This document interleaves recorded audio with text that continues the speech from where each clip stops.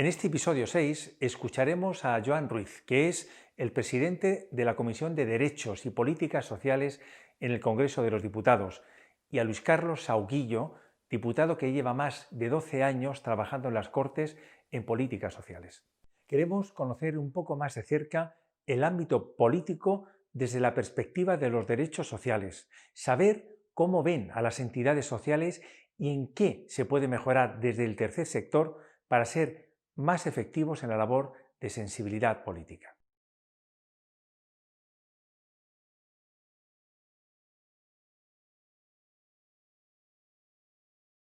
Pues yo diría que es doble. Por un lado, respeto, por otro, admiración. Respeto porque, en fin, en buena medida, hay mucho trabajo generoso en mucha gente y eso no es tan sencillo de encontrar, ¿eh?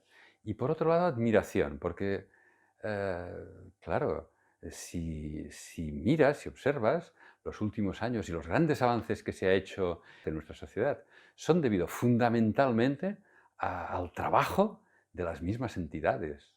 No de toda la sociedad también ha contribuido, ¿no? Pero sobre todo de ellos mismos.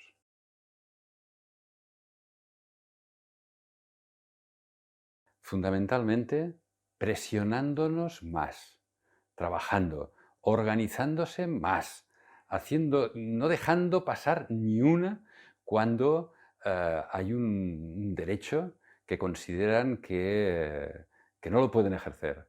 Porque hay una cosa que tienen que tener bien clara. No es un problema de que toda la sociedad les tenga que ayudar. Es un problema de derechos. Tienen los mismos derechos y también los mismos deberes que el resto de la sociedad. Bueno, buenos días. Estamos hablando con Luis Carlos Sahuguillo. Nos va a transmitir el enfoque desde el ámbito político y legislativo que tan necesario e importante es para nuestras entidades sociales, ¿no? Como mínima presentación diré que Sahuguillo es diputado en el Congreso, me parece que su quinta legislatura ya, ¿no? Y por leer simplemente destacar solo algunas cosas de su biografía, ha sido director general de Servicios Sociales y Políticas Integrales director general de Servicios Sociales de la Consejería de Bienestar Social de la Junta de la Comunidad de Castilla y La Mancha en los años 2001-2003 y también portavoz de la Comisión de Derechos Sociales y Políticas Integrales de Discapacidad en el Congreso, vocal de la Comisión para la Auditoría de la Calidad Democrática de la Lucha contra la Corrupción y Reformas Institucionales y Legales tiene un currículum más largo, pero no lo vamos a contar todo, simplemente para decir que esto es lo importante, que es una persona que conoce muy bien este ámbito en el que queremos hablar, ¿vale? Sauquillo, la primera impresión que quiero transmitirte, con la que quería conversar, es que para las entidades sociales han entendido que son importantes, si queremos hacer cambios estructurales, que pase por cambios legislativos. Yo quería que tú nos transmitieras, desde tu punto de vista, ¿no?, cuál es tu visión y qué aconsejas a las entidades sociales que están imbuidas en problemas concretos, cómo aconsejas que se muevan en este ámbito.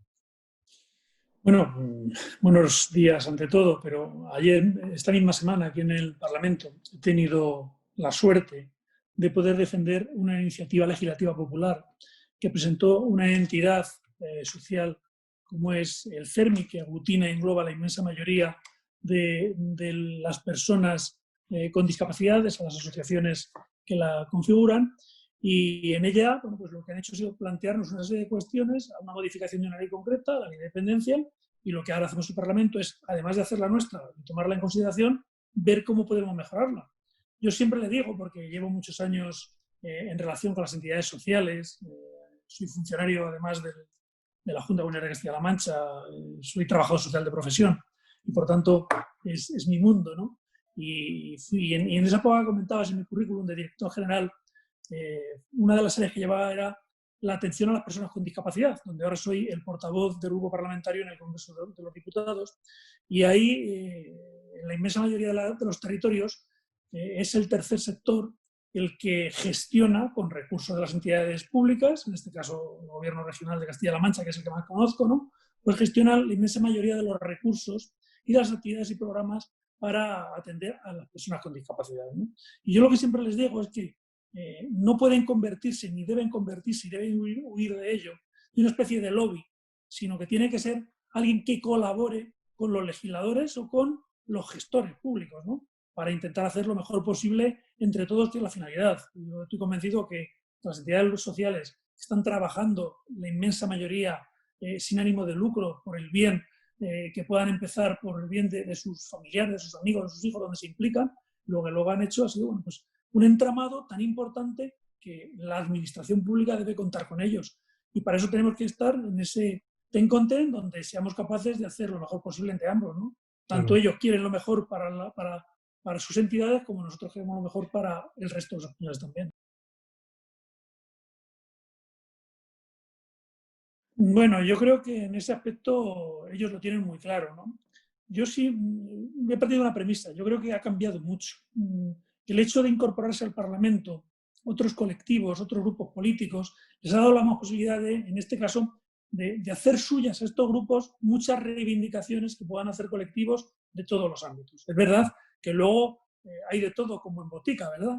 Hay incluso las mismas colectivos que representan los mismos estamentos, pues entre ellos no trillan, como decimos en mi pueblo. Tienen ahí un ten con ten también que les hace tener visiones distintas, ¿no? Yo creo que lo mejor es lo que vienen haciendo y lo saben perfectamente. Si hablamos, por ejemplo, del Parlamento español, es tener reuniones, mantener reuniones con los grupos parlamentarios para hacer valer sus planteamientos, sus opiniones y cómo, sobre todo, que es por donde siempre suelen actuar, y desde que yo estoy aquí, es en temas de modificaciones legislativas, iniciativas legislativas, planteamientos donde desde el conocimiento empírico que ellos tienen, trabajando día a día con los colectivos y que representa su entidad o asociación, bueno, pues cómo podemos mejorarlo, ¿no?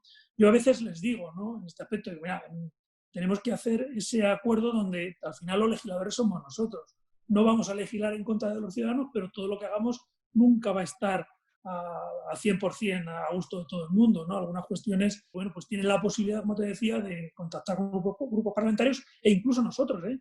Yo, en mi condición de portavoz, ahora hay discapacidad, pero que lo he sido también en otras áreas durante estos años que estuve en el Parlamento, yo me he dirigido a algunos de ellos pues, para que nos ilustren también, como te decía, desde ese conocimiento empírico del día a día, cómo están trabajando en cuestiones que a veces a nosotros nos pudiera escapar.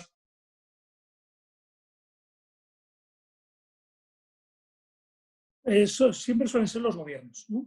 En una ley el gobierno lleva al Consejo de Ministros el anteproyecto de ley, ya sale, y bueno, pues luego los grupos parlamentarios, cada cual hace sus planteamientos. Es verdad que los grupos que en este caso todos sustentamos al gobierno, bueno, pues somos los que podemos llevar la iniciativa y lo que intentamos más bien pues convencer al resto de los grupos para que no haya una distorsión de lo que sale del Consejo de Ministros, que puede ser mejorable y para eso está el legislativo, para legislar, pero que no vaya pues algo radicalmente contrario desde el grupo de los grupos parlamentarios, en el arco parlamentario, en el legislativo, como te decía, lo que plantea el ejecutivo. Pero siempre suele ser, ya te digo, a iniciativa del gobierno de turno y en este caso, bueno, pues existe esa posibilidad que también te decía de iniciativas legislativas populares o incluso proposiciones que hacemos los propios grupos parlamentarios. Yo, Pedro, he notado más oportunismo político y eso me preocupa. Sí. Porque yo estoy convencido que los distintos gobiernos que han pasado, y con algunos discrepo en sus actuaciones, siempre han intentado hacer lo mejor posible, ¿no? Pero ahora estoy viendo, como te decía al principio, el hecho de estar más partido el arco parlamentario, que algunos colectivos aprovechan que Pisuerga pasa por Valladolid para plantearle su planteamiento a un grupo político que lo hace suyo y lo lleva aquí para que lo discutamos, ¿no? Y bueno, eso puede tener cuestiones importantes, pero otras, en este caso, yo discrepo porque he visto cosas que no tienen ningún sentido, ¿no? Bueno, pues esto traerlo aquí al Parlamento, pues oye, es una ocurrencia más que una idea que puede tener un colectivo concreto o una persona concreta, incluso, bueno, con buena fe que puedan plantearlo, pero que contraviene los intereses de la inmensa mayoría, ¿no? Y yo creo que aquí lo que tiene que hacer el Parlamento es legislar para la inmensa mayoría, que como te decía, nunca al 100% va a estar de acuerdo, pero bueno, tú haces una ley donde incluso cuando se está negociando la ley hay comparecencia de colectivos. Nosotros escuchamos con las comparecencias que tienen aquí los distintos colectivos de cualquier ámbito, ¿no? Pues yo ahora estoy en discapacidad, pues aquí están viniendo a comparecer para cuestiones importantes.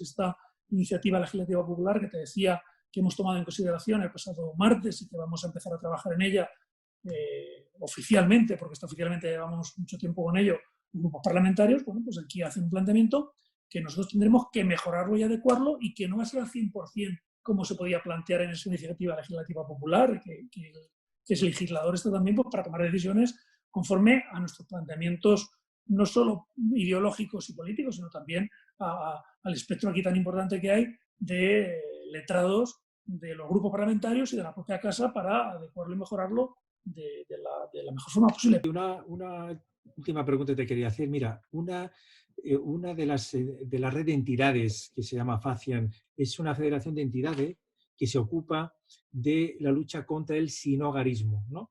Esta es una realidad que el COVID nos ha dejado así, como en el escaparate, ¿no? O sea, las calles desiertas y ahí queda en la calle quien no puede estar cubierto. Mi pregunta es, ¿hay una cierta sensación en todo este colectivo que es muy grande, ¿no? De qué hago, ¿no? ¿Qué se puede hacer para poder proteger a estas personas que viven en la calle cuando la Constitución recoge una vivienda digna? O sea, hay mucho contrasentido ahí que a mí me gustaría que nos lo ordenaras de alguna manera desde tu punto de vista, ¿no?